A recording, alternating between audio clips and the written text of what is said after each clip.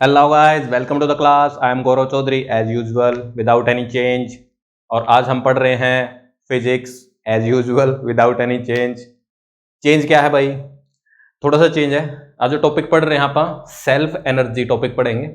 JEE mains में and boards में इसका फॉर्मूला अगर आपको याद हो तो काम हो जाएगा, ठीक है, बट एडवांस में अपने को थोड़ा ज़्यादा पता होना ही चाहिए, ठीक है। और ये टॉपिक ऐसे कैसे आपको बुक में नहीं मिलेगा एंड और किसी वीडियो में नहीं मिलेगा, बहुत कम चांस है, ठीक है। ध्यान से देखेंगे, बड़े काम का टॉपिक है। देखो भाई, सेल्फ एनर्जी, ठीक है। सेल्फ एनर्जी मतलब अपने आप की ही एनर्जी, है ना। तो आप एक ना कंडक्टर अज्यूम कर लेते हैं, गोल स्फेरिकल कंडक्टर अज्यूम कर लेते हैं, ठीक है। उस पे कुछ क्यू चार्ज है, प्लस क्यू चार्ज है, यूनिफॉर्मली डिस्ट्रीब्यूट है, ठीक है। अब मैं क्या कहता हूं ना कि इस स्फीयर के पास इसकी खुद की एनर्जी है, इस स्फीयर के पास इसकी खुद की एनर्जी है, ठीक है। खुद की एनर्जी मतलब पोटेंशियल एनर्जी है ना। पोटेंशियल एनर्जी बहुत टाइप की होती है, तो ये भी पोटेंशियल ही है, ठीक है। इसको ना थोड़ा फील करते हैं कि इसके पास एनर्जी है। इसको फील करने के लिए कैसे करेंगे? जैसे ये पेन है, इसके पास भी पोटेंशियल एनर्जी है, इसको छोड़ो नीचे गिर जाएगा, है ना, काइनेटिक गेन कर लेगा। यहाँ पे पोटेंशियल थी, नीचे आया, काइनेटिक गेन कर ली, ठीक है। इसको भी ऐसा ही सोच सकते हैं, जैसे स्फीयर को 4-5 जगह ऐसे तोड़ दो, ठीक है। क्या होगा? तोड़ते ही ये पार्ट इस तरफ, ये पार्ट इस तरफ, ये पार्ट इस तरफ, ये सारे एक दूसरे से दूर भाग जाएंगे। क्या क्या गेन कर लेंगे? काइनेटिक एनर्जी गेन कर लेंगे। ये तो काइनेटिक एनर्जी आई कहां से? इसके पास कुछ एनर्जी थी तभी तो आई। सो अब हम वही एनर्जी कैलकुलेट करेंगे जो इसके पास थी। बात क्लियर है? सो बेसिक कंसेप्ट पे चलते हैं आप। किसी सिस्टम की पोटेंशियल एनर्जी का मतलब क्या होता है कि उस सिस्टम को बनाने में जितनी एनर्जी लगी वही उस सिस्टम की क्या होती है? पोटेंशियल एनर्जी, है ना। अब यहां पे तो हम बोलेंगे कि भाई एक ही कंडक्टर है तो सिस्टम कहां है? अरे उसी को सिस्टम मान लो, सिंपल, उसी को सिस्टम मान लो, ठीक है। अब क्या है कि एक कंडक्टर है, आर रेडियस है, उस पर कुछ क्यू चार्ज है, ठीक है। तो इसको बनाने में कितनी एनर्जी लगी वो अपने को बताना है, ठीक है। अब इसको कास्ट किया, मेल्ट करके ये गोला बनाया, उसमें अपना इंटरेस्ट नहीं है ना। जैसे सिस्टम की एनर्जी बतानी है तो आप बिल्कुल बेस में जा सकते हैं ना कि भाई इलेक्ट्रॉन कहां से आया, उसकी एनर्जी लिखो। वैसे हम काम नहीं करेंगे। अपन को किससे मतलब है कि जो इस पे चार्ज आया प्लस क्यू, उससे मतलब है ना। तो मतलब क्या है कि इस पर प्लस क्यू चार्ज रखने में जितनी एनर्जी लगाई होगी उतनी ही इसकी पोटेंशियल एनर्जी बन जाएगी, और उसी को हम क्या बोलेंगे? सेल्फ एनर्जी, ठीक है। तो स्फीयर तो अपने पास है, उस पर क्यू चार्ज रखना है, तो तब जो एनर्जी बनेगी या जितनी एनर्जी लगेगी क्यू चार्ज रखने में, वो एनर्जी क्या है? इसकी सेल्फ एनर्जी है, ठीक है। अच्छा, आप देखो भाई, इस पे अपने को क्यू चार्ज रखना है, तो ऐसा मान लेते हैं कि वो बहुत सारा चार्ज यहाँ पे पड़ा हुआ है, ठीक है। ऐसे डी क्यू फॉर्म में पड़ा है, दूर दूर, एक दूसरे से भी बहुत दूर है वो मान लो, और इससे भी बहुत दूर है, ठीक है। ऐसे बहुत सारा डी क्यू पड़ा है, तो अपने को क्या करना पड़ेगा? एक डी क्यू को उठाएंगे, यहां से उठाएंगे, चिपका दिया, लाके चिपका दिया इस पे, है ना। सो अब ये देखो कि इस डी क्यू को इस पे चिपकाने में एनर्जी लगी या नहीं लगी? एनर्जी मतलब वर्क डन। वर्क किया तो एनर्जी लगी, वर्क नहीं किया तो एनर्जी नहीं लगी। तो वर्क डन सोचना है अभी अपने को। अब देखो, ये क्यू चार्ज जब रास्ते में था, डी क्यू चार्ज, तो इस पे कोई फोर्स लग रहा था क्या? ये इसको अट्रैक्ट या रिपेल कर रहा था क्या? कुछ नहीं कर रहा था, तो इस पे फोर्स ही नहीं लग रहा था। तो अपने को इस पे कितना फोर्स लगाना पड़ा होगा? 0 ही लगाना पड़ा होगा, और ले आए, लाके चिपका दिया।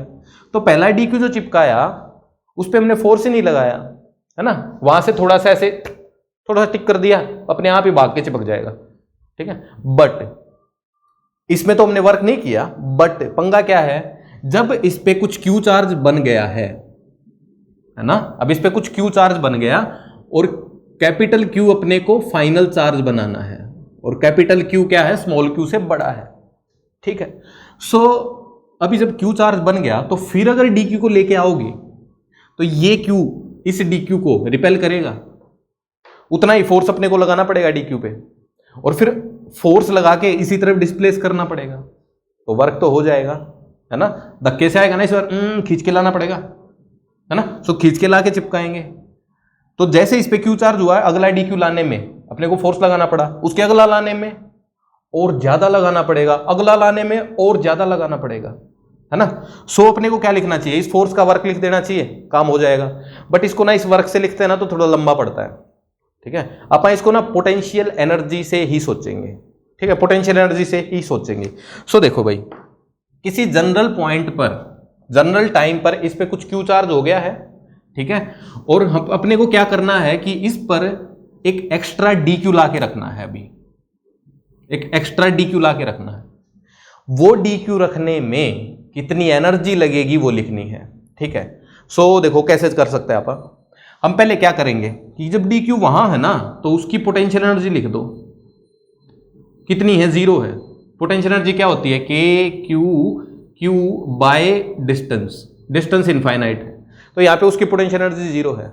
बट डी क्यू जैसे ही यहाँ पे आया, सरफेस पे आया, तो उसकी पोटेंशियल एनर्जी कितनी बन गई, कितनी बन गई भाई, पेयर हो गया ना, ये क्यू ये डी क्यू, डिस्टेंस कितनी है दोनों के बीच, आर है। सो पोटेंशियल एनर्जी क्या होगी, K Q D Q by R, ये बनेगी पोटेंशियल एनर्जी। बात क्लियर। सो ये जो डी क्यू ला के रखा है, इसको इतनी पोटेंशियल एनर्जी देनी पड़ी। बात क्लियर। सो इसको हम डीपी लिख देते हैं एक बार, क्योंकि बहुत स्मॉल अमाउंट लेके आए ना, तो इसको हम क्या लिखेंगे, बहुत स्मॉल पोटेंशियल एनर्जी।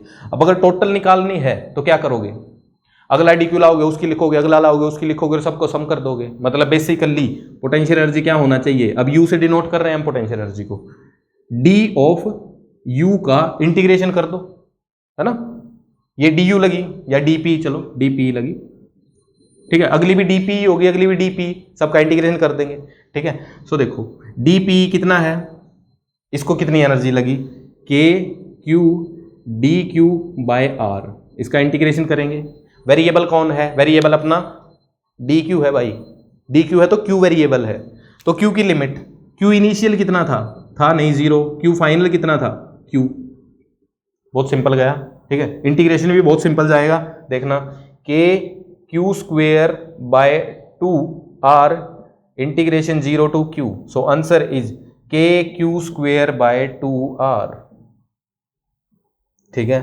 इसका क्या मतलब हुआ कि भाई इतनी एनर्जी अपने को लगानी पड़ेगी इस स्फीयर पर क्यू फाइनल चार्ज बनाने के लिए, ठीक है। तो क्या हुआ, ये इस सिस्टम की पोटेंशियल एनर्जी हो गई। और इस सिस्टम को अगर मैं ऐसे मान लूं कि ये सिस्टम है, तो इसकी मैं सेल्फ एनर्जी बोल सकता हूं। सो ये क्या बन गई, सेल्फ एनर्जी, ठीक है। ये फॉर्मूला बहुत काम का है, फॉर्मूला अपने को याद होना ही चाहिए। सेल्फ एनर्जी किसकी है, ये कंडक्टर की है, ठीक है, और जिसपे क्यू चार्ज है और उसकी आर रेडियस है, ठीक है। अच्छा, याद रखने का मेथड बहुत सिंपल है। पेयर की पोटेंशियल एनर्जी क्या होती है, के क्यू बाय आर होती है ना। तो इसमें चार्ज एक ही है, चार्ज एक ही है, तो क्यू की जगह क्यू इंटू क्यू स्क्वेयर हो गया, बट साथ में हाफ लग गया, हाफ एक्स्ट्रा याद रख लो, इतना तो रख ही लोगे यार, ना, मतलब इतने फॉर्मूले थोड़ी याद कराता हूं मैं, थोड़े ही तो करते हैं। सो ये अपने पास सेल्फ एनर्जी बन गई इस सिस्टम की। बात क्लियर, ठीक है। इसके अगली डेरिवेशन करते हैं आप। जेई मेंस में इस पे सवाल पूछे जा चुके हैं, नीट में ही पूछे जा चुके हैं, ठीक है। सो फॉर्मूला याद रखना अपने को, तरीका याद रखोगे तो तरीका तो आसान ही है। देखो भाई, अगला अपने को करना है non conducting sphere. Non conducting sphere जो हो यूनिफॉर्मली चार्ज्ड, यूनिफॉर्मली चार्ज्ड, क्योंकि कंडक्टिंग में तो सरफेस पे ही चार्ज होता है, नॉन यूनिफॉर्म होगा तो कहां होगा चार्ज, हर जगह होगा, हर जगह, हर एक पॉइंट पे होगा, है ना। सो नॉन कंडक्टर है एंड यूनिफॉर्म उसमें चार्ज है, ठीक है। इसमें ना स्टैंडर्ड क्या लेके चलते हैं कि चार्ज डेंसिटी को रो अज्यूम कर लेंगे, डेंसिटी अपने को कांस्टेंट रखनी है, और आर रेडियस, ठीक है, आर उसकी रेडियस। मतलब क्यू में आंसर निकालना थोड़ा मुश्किल हो जाएगा, इसलिए हम डेंसिटी और आर में निकाल लेंगे। क्यू में दे रखा हो तो चेंज कर सकते हो तुम, कोई ऐसी बड़ी बात नहीं, ठीक है। सो देखो भाई, नॉन कंडक्टर में इंटरेस्टिंग चीज आने वाली है, देखना ध्यान से। अब नॉन कंडक्टर अगर अपने को बनाना है तो वहां पे क्या है कि जो चार्ज है वो मटेरियल के पास है, हर एक मटेरियल के पास है। जैसे यहां पे एक मटेरियल है, इसके पास चार्ज है, अगला ये मटेरियल है, इसके पास चार्ज है, अगला ये मटेरियल, इसके पास, सारे मटेरियल्स के पास चार्ज है। मतलब कुछ ऐसा सोच सकते हैं, ये स्फीयर बनाने में हमने क्या किया होगा, सीमेंट ली, उसमें बहुत सारा चार्ज मिलाया, गोल दिया चार्ज को, गोला बना दिया, सूख गया, तो हर जगह यूनिफॉर्म चार्ज आ गया, है ना, यूनिफॉर्म चार्ज ऐसे बना।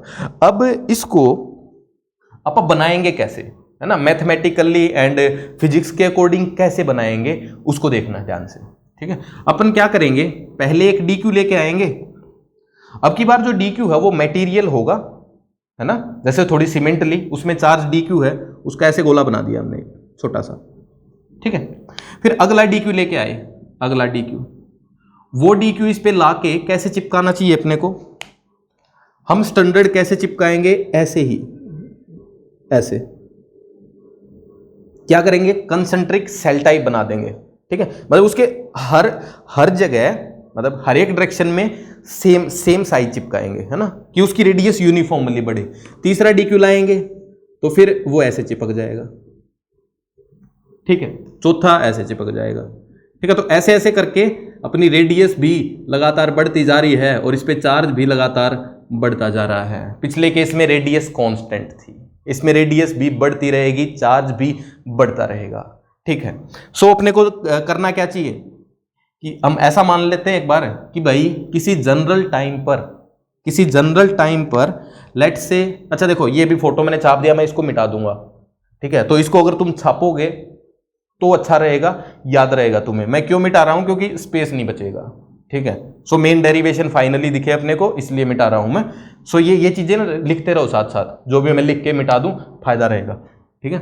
सो देखो हम क्या करेंगे कि किसी जनरल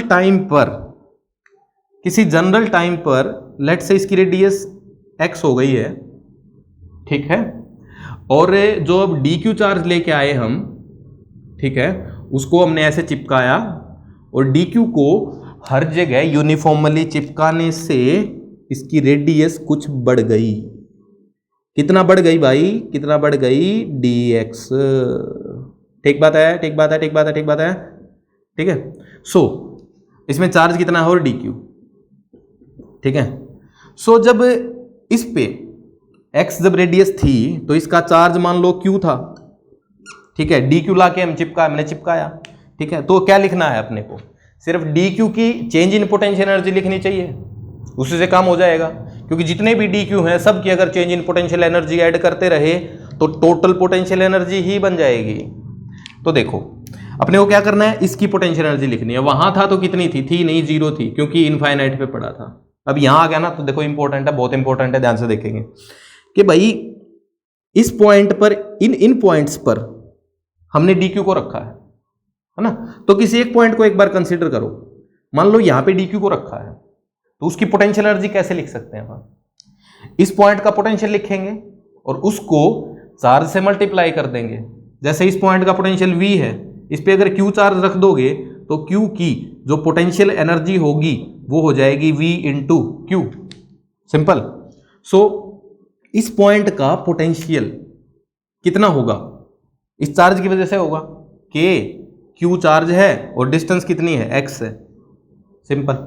सो पोटेंशियल एनर्जी या चेंज इन पोटेंशियल एनर्जी लिख रहा हूं अभी डायरेक्ट, क्योंकि इनिशियल तो पोटेंशियल एनर्जी 0 है, इनफाइनाइट पे था तो 0 थी। तो जितनी भी पोटेंशियल एनर्जी अभी इस चार्ज की, हरे वाले की यहां पे होगी, उसी को हम चेंज इन पोटेंशियल एनर्जी लिख सकते हैं। क्या लिखा जाएगा, potential into D Q, simple. Potential कितना, K Q by X into D Q, simple, ठीक है। अच्छा अब अगर अपने को पोटेंशियल एनर्जी लिखना है तो इसको इंटीग्रेट कर देना चाहिए, बस इतना ही करना चाहिए। बट पंगा क्या है, पंगा यहाँ पे है वेरिएबल का। कौन सा वेरिएबल लोगे, x भी बढ़ रहा है, q भी बढ़ रहा है, तो वेरिएबल लेने में पंगा है। सो अपने को कुछ रिलेशन बनाना पड़ेगा, है ना। सो देखो ये शेप से अपने को दिख जाएगा, q लिख सकते हैं ना आप। डेंसिटी क्या मान ली हमने, constant. So volume volume volume ये लिख दिया, इनटू डेंसिटी, चार्ज ही तो बनेगा, वॉल्यूम इनटू डेंसिटी चार्ज बनेगा। अगला डी क्यू लिखना है, डी क्यू ऐसे ऐसे चीज हम पहले भी लिख चुके हैं। सो ये क्या है, होलो शेल है। होलो शेल का टोटल एरिया, अंदर वाला एरिया देखो कितना है, कितना है एरिया, 4πx²। थिकनेस कितनी है, dx। वॉल्यूम अगर लिखना हो तो देखो ये एरिया हो गया, 4 पाई एक्स स्क्वेयर, और ये dx बढ़ गया, हर जगह से dx बढ़ गया, है ना। तो base area into height, volume दिखेगा, बेस एरिया इंटू हाइट, ये तो वॉल्यूम आ गया, इंटू डेंसिटी, डेंसिटी कितनी, रो। सो dq को भी हमने x dx की टर्म में लिख दिया, q को भी x dx की टर्म में लिख दिया, रेडियस कितनी है अभी, x है, ठीक है। बस अब इंटीग्रेशन करना है, ज्यादा कुछ करना नहीं, डायरेक्ट अपना आंसर आएगा, ठीक है। सो देखते जाओ, अपने आप से भी कर सकते हो, बहुत ही सिंपल है। सो पोटेंशियल एनर्जी की अगर बात करें कि Q की वैल्यू ये है, देखो इसको लिखना है, इसको Q क्या है, वो रहा 4/3 pi x cube into rho, into दूसरा dq ये रहा, dq ही था ना, 4 pi x square into dx into rho divided by x। अब देखो सब कुछ x में है अपने पास, और डेंसिटी है, डेंसिटी तो कांस्टेंट है, डेंसिटी तो कांस्टेंट है, तो कोई चक्कर नहीं होगा, ठीक है। सो देखो एक x से एक x कट गया, एक्स स्क्वेयर बच गया, ऊपर रहेगी x की पावर 4। तो जो चीजें ऐसे ही हैं उनको ऐसे ही लिख दो, कॉन्स्टेंट्स को देखो, 16 कॉन्स्टेंट है, एक k कॉन्स्टेंट है, नीचे 3 कॉन्स्टेंट है, पाई स्क्वेयर है, रो स्क्वेयर है, पाई स्क्वेयर रो स्क्वेयर, कुछ ऐसा है, ठीक है। और x की पावर 4 का इंटीग्रेशन x की पावर 5/5, लिमिट्स किस में है, x में, तो रेडियस 0 से r बढ़ रही है, 0 से r धीरे धीरे बढ़ाते रहे हम, सो 0 से r, सो अपना आंसर क्या बनेगा, 16 बाय ये 3 इंटू 5 15 के पाई स्क्वेयर रो स्क्वेयर इंटू r की पावर 5, ये क्या आ गया, पोटेंशियल एनर्जी, ठीक है। ये मैंने Q की टर्म में नहीं निकाला, ठीक है, Q की टर्म में खुद से निकाल लेना, Q मतलब टोटल चार्ज, है ना।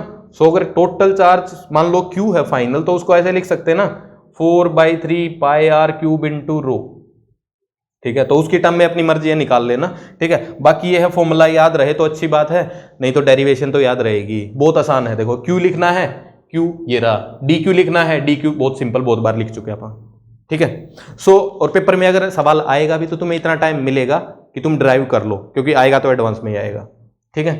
सो अपने पास पोटेंशियल एनर्जी आ गई भाई, बात क्लियर है, यस क्लियर है, मेरे को अपने आप यहाँ करनी पड़ती है, बट वो तुम्हारी ही हाँ है, ठीक है। चलो मिटा रहा हूं मैं इसके अगला कंसेप्ट। हाँ, इसी कंसेप्ट पे एक ना सवाल करते हैं, बहुत इंटरेस्टिंग सवाल है, जेईई मेंस में भी पूछा जा चुका है, एडवांस में या मेंस में एक जगह पक्का पूछा गया है, ठीक है। तो उसको देखना है कैसे देखते हैं अपन, ठीक है। मतलब अभी जो मैं कराने जा रहा हूं वो मेरे को कहीं नहीं मिला है, वो मैंने खुद से ही सॉल्व किया है, मतलब बनाया नहीं है, बनाया तो न्यूटन्स ने है, मैं तो सिर्फ कैलकुलेशन करी है, ठीक है। सो देखो अभी सवाल देखो क्या है प्रॉब्लम। भाई एक शेल है जिस पे Q1 चार्ज है, R1 रेडियस है, दूसरा Q2 है, R2 रेडियस है। इस सिस्टम की टोटल पोटेंशियल एनर्जी लिखनी है अपने को, टोटल एनर्जी कौन सी, इलेक्ट्रोस्टैटिक एनर्जी, है ना, इलेक्ट्रोस्टैटिक वाली टोटल एनर्जी ऑफ सिस्टम अपने को लिखना है, ठीक है। सो मेथड इसके 3 हो सकते हैं, ठीक है। एक डेरिवेशन वाला मेथड हो सकता है, दूसरा सेल्फ एनर्जी फॉर्मूला लगा सकते हैं, तीसरा जो मेथड आएगा वो यहां से आएगा, energy density in electric field, ठीक है। तो उसको तो अभी कर नहीं सकते, तो पढ़ा नहीं हमने। सो अपन इंटीग्रेशन वाले मेथड से एक बार इसको सोचते हैं, बहुत आसान पड़ेगा, आसान तो नहीं पड़ेगा, मतलब देखोगे समझ आएगा, बड़ा अच्छा लगेगा, ठीक है। सो देखो भाई, पहले अपने को क्या करना चाहिए कि पहले ये छोटा स्फीयर बना लेना चाहिए, ये वाला छोटा स्फीयर, है ना, इसकी एनर्जी लिख लेनी चाहिए, फिर उसके ऊपर बड़ा बड़ा बनाओ, फिर उसकी एनर्जी लिखो, ऐसे धीरे धीरे लिखते जाओ, ठीक है। सो छोटा जो स्फीयर बनाएंगे अपन, ये स्फीयर जो बना है, अरे ये तो सिंपल नहीं हो गया, Q1 R1 रेडियस, सो R1 रेडियस का एक स्फीयर था, उस पर Q1 चार्ज रखा, तो कितनी एनर्जी बनेगी उसकी, के Q1 स्क्वेयर बाय 2R1 बनेगी, सिंपल है, क्योंकि इसके आसपास और कुछ नहीं था, बिल्कुल और कुछ नहीं था, ये अकेला ही स्फीयर था, अकेला ही बनाया हमने, तो पिछली डेरिवेशन की तरह ही। बट इसके अगला जो स्फीयर है वो थोड़ा इंटरेस्टिंग है, उसको देखेंगे ध्यान से भाई।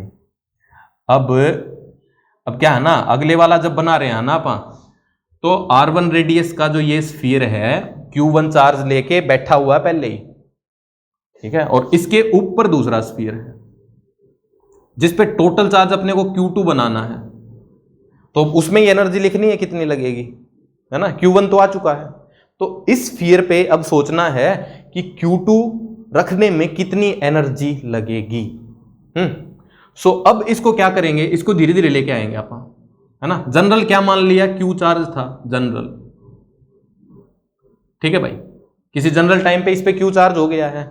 अब dQ को इनफाइनाइट से लेके आए, इनफाइनाइट से लेके यहां तक आए, इस पे चिपकाना है, तो dQ में कुछ एनर्जी लगेगी, उसका इंटीग्रेशन कर देंगे तो टोटल एनर्जी आ जाएगी।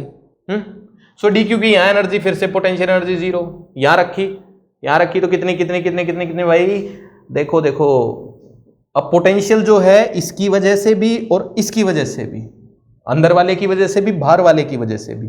सो पोटेंशियल लिखते हैं पहले, इस पॉइंट का क्या बनेगा, अंदर वाले का देखना है K Q1/R2 नहीं है ना, क्योंकि इसका सारा चार्ज सेंटर पे मान लिया, ये डिस्टेंस कितनी है R2 है, सिंपल। दूसरे की वजह से भी होगा, दूसरे की वजह से क्या होगा, ये भी स्फीयर क्या है, गोल है पूरा, ठीक है भाई, वो गोल है, वो तुम्हें नहीं दिख रहा कोई चक्कर नहीं, वो गोल है, गोल मानो उसको। सो इसकी वजह से भी अगर इस पॉइंट पे हम पोटेंशियल लिखेंगे तो क्या करेंगे, इसका सारा चार्ज सेंटर पे मान लेंगे। सो Q सेंटर पे मान लिया, सेंटर से इस पॉइंट की डिस्टेंस R2 ही है, R2 ही है भाई, है ना। सो ये इस पॉइंट का पोटेंशियल बन गया। यहां रखना क्या है, dQ रखना है। सो उसकी potential energy, D potential energy, है ना, D पोटेंशियल एनर्जी में डायरेक्ट लिख सकता हूं ना, क्यों भाई, क्योंकि यहां पे तो 0 थी, जितनी यहां पे आई वो चेंज ही तो हुई, ठीक है, तो उसको क्या लिख सकते हैं, dQ into potential, dQ into potential. So इसको किससे मल्टीप्लाई करो, dQ से मल्टीप्लाई करो, सिंपल, और उसका क्या कर दो, इंटीग्रेशन। सो देखो अपने पास क्या आंसर बनेगा, पोटेंशियल एनर्जी जो भी आएगी that must be integration of K Q1/R2 into dQ plus K Q dQ/R2, simple है, कुछ ऐसा हो गया। अब इंटीग्रेशन किस में करना है, Q में, स्मॉल q, जो Q1 है वो कांस्टेंट है, Q1 कांस्टेंट है, तो कैपिटल Q की लिमिट, सॉरी स्मॉल q की लिमिट 0 से Q2, है ना।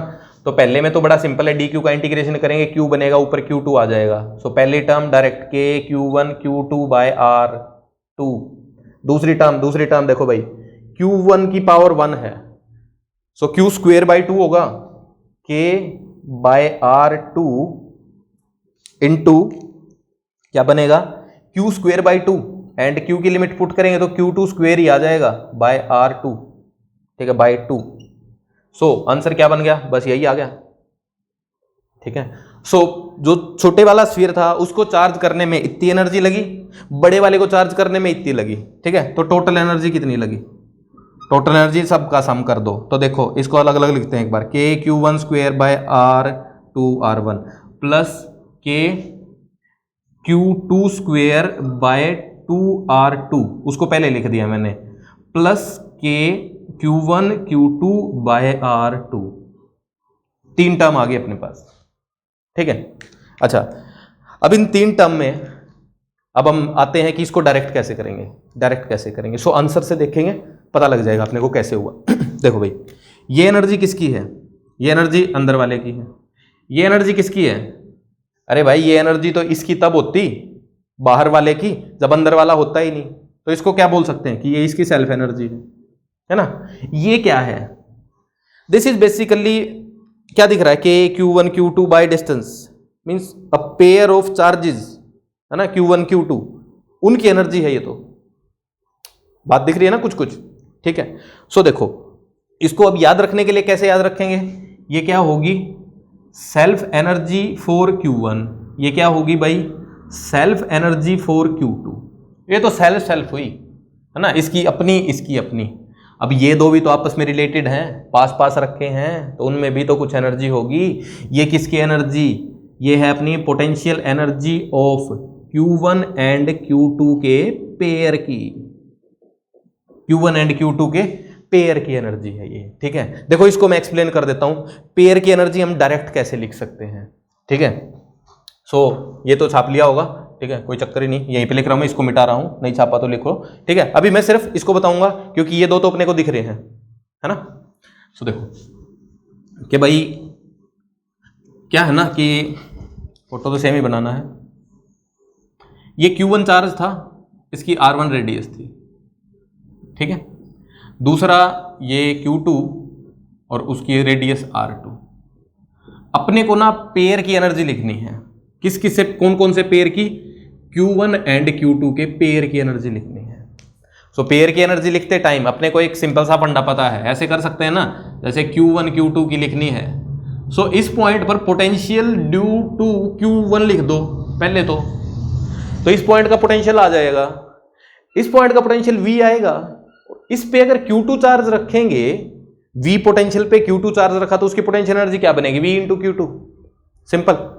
सो अब देखो इस Q1 की वजह से इस पॉइंट पर पोटेंशियल कितना लिख सकते हैं, ड्यू टू Q1 कितना होगा भाई, पूरा स्फीयर है, पूरा स्फीयर है, सारा चार्ज सेंटर पे एज्यूम करेंगे, सेंटर पे एज्यूम करेंगे तो उस पॉइंट से डिस्टेंस R2 दिखेगा। So K Q1 by R2, simple. अच्छा, और इस पॉइंट पे चार्ज कितना रखा है, इस पॉइंट पे तो Q नहीं रखा पूरा, बट DQ रखा होगा, अगले पे DQ रखा होगा, अगले पे DQ रखा होगा। अपने को सबकी एनर्जी लिखनी है तो कुछ ऐसा ही मान सकते हैं ना कि भाई यहीं पे रखा है Q2, है ना, क्योंकि किसी भी पॉइंट पे जाओगे तो पोटेंशियल ड्यू टू Q1 तो सेम ही आएगा, है ना। So potential due to Q1 लिखेंगे और यहाँ पे चार्ज कितना होगा, DQ, वहां पे पोटेंशियल ड्यू टू Q1 रखेंगे, मतलब पोटेंशियल एनर्जी के लिए, है ना। सो पोटेंशियल एनर्जी के लिए क्या लिखेंगे, K Q1 by R2 into DQ, सबका सम करेंगे तो कुछ ऐसा ही फील होगा ना कि Q2 ही लिख दो डायरेक्ट। सो ये अपने पास इस पेयर की जो एनर्जी आएगी वो क्या आएगी भाई, K Q1 by R2 into Q2, यही एनर्जी आएगी। बात क्लियर हुई। सो टोटल एनर्जी में self energy 1, self energy 2, this is energy of pair. I think it's clear to you. देखो इसमें उल्टा भी चल सकते हैं, उल्टा भी चल सकते हैं कि भाई इस पॉइंट की वजह से, सॉरी इस चार्ज की वजह से इस पॉइंट पे पोटेंशियल लिखो। अब ये तो स्फीयर के अंदर हो गया है, अंदर पोटेंशियल कांस्टेंट होता है, फॉर्मूला क्या होता है, K Q2 by radius, radius लिखना होता है बाहर वाले का R2, है ना। और ये ऐसे ऐसे बहुत सारे पॉइंट्स हैं, सबका पोटेंशियल सेम ही होगा, सब पे DQ DQ DQ करके Q1 चार्ज हमने बना दिया है। सो पोटेंशियल एनर्जी की बात करें तो this is potential into charge कितना रखा, Q1 रखा, सेम ही टर्म बन गई है, नीचे R2 ही आएगा। ठीक बात, I think clear to you. ठीक है, डायरेक्ट भी लिख सकते हैं, ठीक है, और इंटीग्रेशन से भी लिख सकते हैं। ठीक बात, ठीक है, नोट करो इसको, अगला कंसेप्ट शुरू करते हैं। देखो भाई अगला अपना कंसेप्ट है energy density. Energy density in electric field. इसमें अपने को स्टार्टिंग में ही एक फॉर्मूला याद रखना पड़ेगा। देखो भाई फॉर्मूला क्या है, ये बाकी ना कैपेसिटर जब आएगा तो उसमें ड्राइव भी हो जाएगा फॉर्मूला क्यों आया। ठीक है, सो फॉर्मूला कैपेसिटर से ड्राइव करेंगे अगले चैप्टर से। ठीक है, तो अभी फॉर्मूला लिखते हैं। देखो भाई क्या है ना, बहुत इंटरेस्टिंग चीज है, देखना। अगर ई इलेक्ट्रिक फील्ड है पूरे स्पेस में ऐसे, ठीक है, पूरे स्पेस में कुछ ई इलेक्ट्रिक फील्ड है भाई। सो अब क्या कह रहे हैं ना कि इस इलेक्ट्रिक फील्ड के अंदर ही एनर्जी है। जो भी हम पोटेंशियल एनर्जी अभी तक लिखते आए हैं, है ना, किसकी वजह से लिखी, चार्जेस की वजह से लिखी। जैसे एक क्यू चार्ज की वजह से अपने को, ठीक है, पोटेंशियल एनर्जी लिखनी है ना। सो क्या किया, मतलब क्यू का एक स्फीयर लिया। पहली बात तो पॉइंट चार्ज लेते हैं तो हम एनर्जी नहीं लिख पाते, है ना। कोई बोलता थोड़ी कि पॉइंट क्यू चार्ज की एनर्जी लिखो, कितनी आएगी, के क्यू बाई रेडियस कितनी है, इसकी रेडियस कितनी है, 0 है, इनफाइनाइट टाइप आएगी। ऐसा क्यों हुआ, इनफाइनाइट क्यों आई भाई, हम किसी चार्ज को एक पॉइंट में नहीं ला सकते हैं। पॉइंट का मतलब क्या है, डायमेंशन 0। डायमेंशन 0 मतलब क्या कोई इलेक्ट्रॉन भी आ सकता है डायमेंशन 0 में?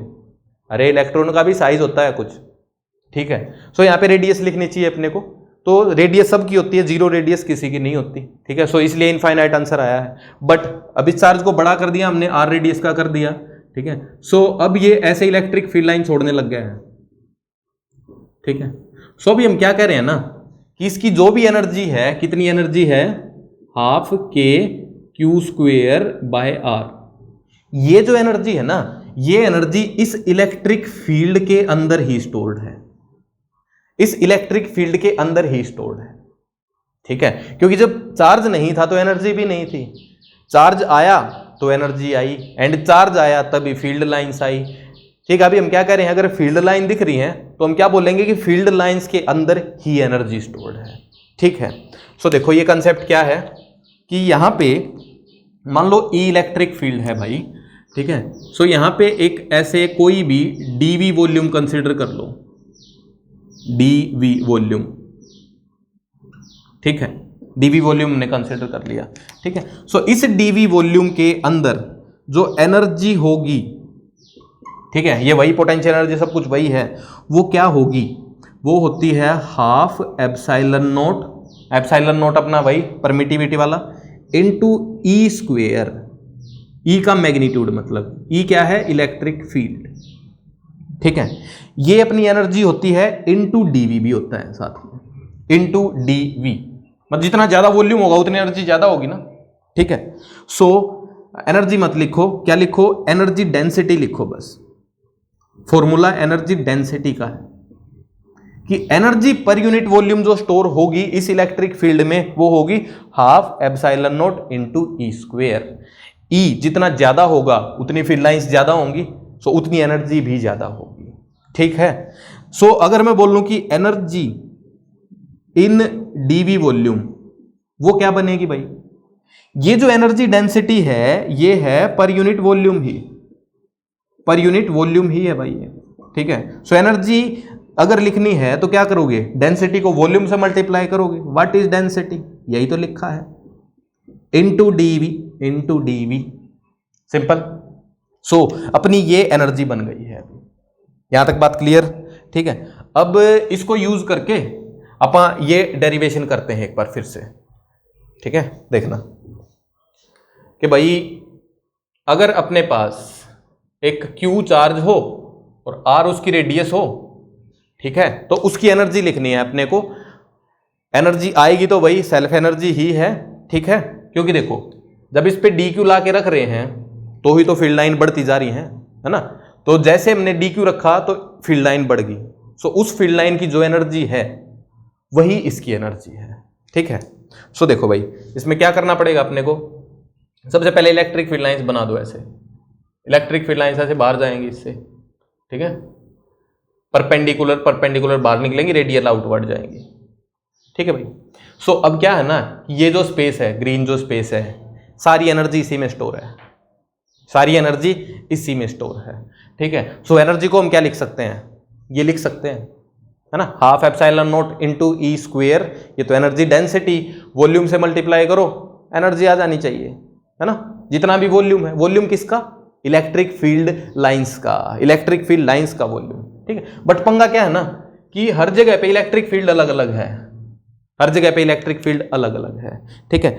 तो सेम इलेक्ट्रिक फील्ड बनाने के लिए क्या करेंगे, यहां पे x डिस्टेंस पे जाके एक स्फीयर बनाएंगे, ठीक है, एंड फिर dx थिकनेस ले लेंगे।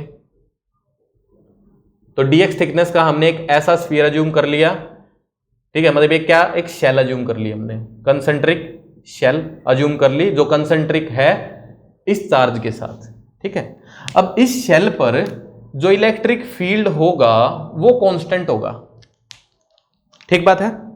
इस पर जो इलेक्ट्रिक फील्ड होगा वो कितना होगा, के क्यू बाय एक्स स्क्वेयर ही होगा, ठीक है। तो इस पे तो इलेक्ट्रिक फील्ड कांस्टेंट आ गया, ठीक है।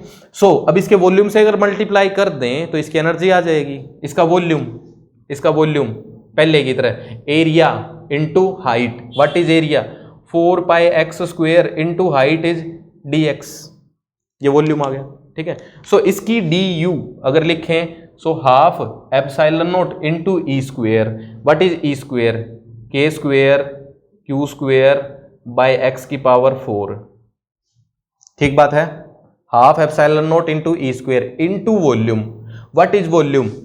4 pi x square into d x. सही लिखा। टोटल एनर्जी निकालनी है तो इंटीग्रेशन कर दो। ठीक है, अब इंटीग्रेशन में लिमिट्स किसकी पुट करनी है अपने को? वेरिएबल एक्स लिया है ना। तो इलेक्ट्रिक फील्ड लाइन शुरू कहां से हुई है?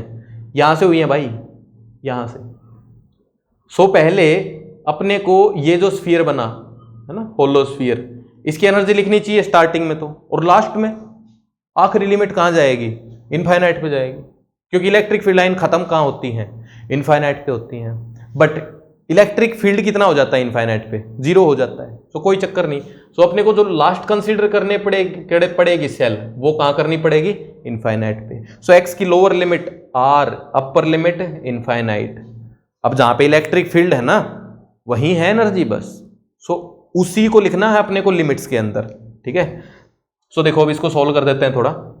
क्या बनेगा? ये एक्स स्क्वेयर है यहाँ पे एक्स की पावर 4 है, तो क्या बनेगा? एक्स की पावर -2। तो बाकी चीजें ऐसे ही रखो, हाफ एप्सिलॉन नॉट ऐसे रख दो, के स्क्वेयर ऐसे रख दो, क्यू स्क्वेयर और 4 पाई।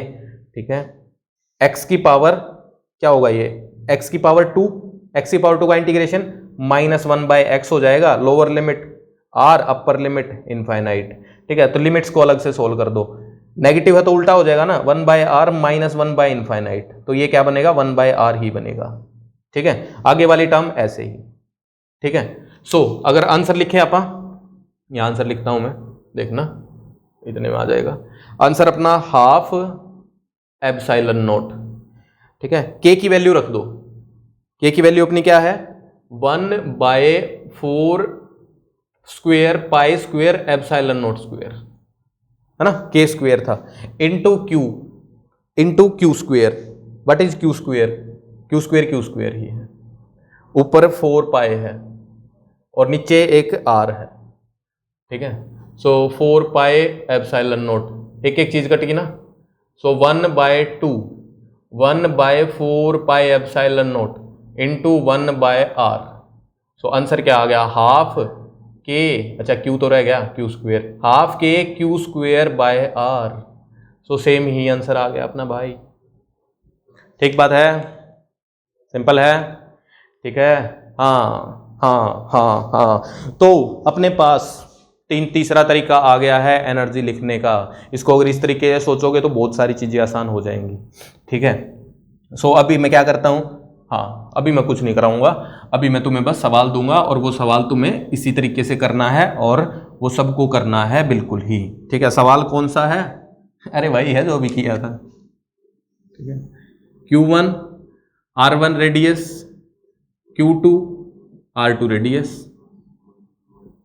ठीक है, R2 रेडियस। अब अपने को इस सिस्टम की एनर्जी लिखनी है यूजिंग इलेक्ट्रिक फील्ड लाइंस। ठीक है, देखो थोड़ा हिंट तो दे ही दूंगा मैं, ऐसी कोई बात नहीं है। ठीक है, इलेक्ट्रिक फील्ड लाइंस देखो यहां से यहां जाएंगी, यहां से यहां। ठीक बात है। ठीक है, और इसके बाद मेटल में नहीं रहेंगी, इसके बाद बाहर जाएंगी, है ना। सो अगर मैं बात करूं इलेक्ट्रिक फील्ड लिखने की, है ना, सो इसके अंदर अगर कहीं लिखेंगे x डिस्टेंस पे जाके, सो इलेक्ट्रिक फील्ड सिर्फ अंदर वाले की वजह से होगा, बाहर वाले की वजह से तो 0 ही होगा, है ना। गॉस सरफेस में आएगा ही नहीं ना वो, सो अब आएगा ही नहीं उसकी वजह से। सो इलेक्ट्रिक फील्ड यहां तो क्या होगा? KQ/x² होगा। ठीक है, बट अगर बाहर x डिस्टेंस पे हम अज्यूम करेंगे तो इलेक्ट्रिक फील्ड क्या होगा? दोनों चार्जेस की वजह से होगा, दोनों चार्जेस की वजह से। तो KQ1/x1² प्लस KQ2/x2²। ठीक बात है, बात क्लियर हो गई है। ठीक है, सो अब आंसर आ जाएगा तुम्हारा। इसकी क्या लिखनी है? पोटेंशियल एनर्जी लिखो। ठीक है, हाँ, और इसको सॉल्व करो। ठीक है, नंबर तुम्हारे पास है ही। ठीक है, व्हाट्सएप कर सकते हो मेरे को। ठीक है, नंबर मैं लिख भी देता हूँ, ऐसी कोई बात नहीं है। अगर नहीं है तो मेरे को व्हाट्सएप कर सकते हो। ठीक है, अपना ग्रुप बना हुआ है। ठीक है, अगर तुम मतलब ग्रुप में नहीं हो, if you are not a student of IIT Manthan, then you can also contact me. ठीक है, मेरे को फर्क नहीं पड़ता। ठीक है, मैं पढ़ा दूंगा भाई सबको। ठीक है, कोई भी पढ़ो, कोई चक्कर नहीं है। ठीक है, सो इस नंबर पे कॉन्टैक्ट कर सकते हो। ठीक है, बाकी तुम्हारे यहाँ पे एक नंबर चल रहा है। ठीक है, अगर कॉन्टैक्ट करना हो तो वहाँ पे कॉन्टैक्ट कर सकते हो। ठीक है, and if you like this video you can share it with your friends also, ठीक है, who are preparing for IIT, ठीक है, क्योंकि ये कंसेप्ट थोड़ा अच्छा है, ठीक है। चलो ठीक है, बाय बाय, थैंक यू, जय हिंद।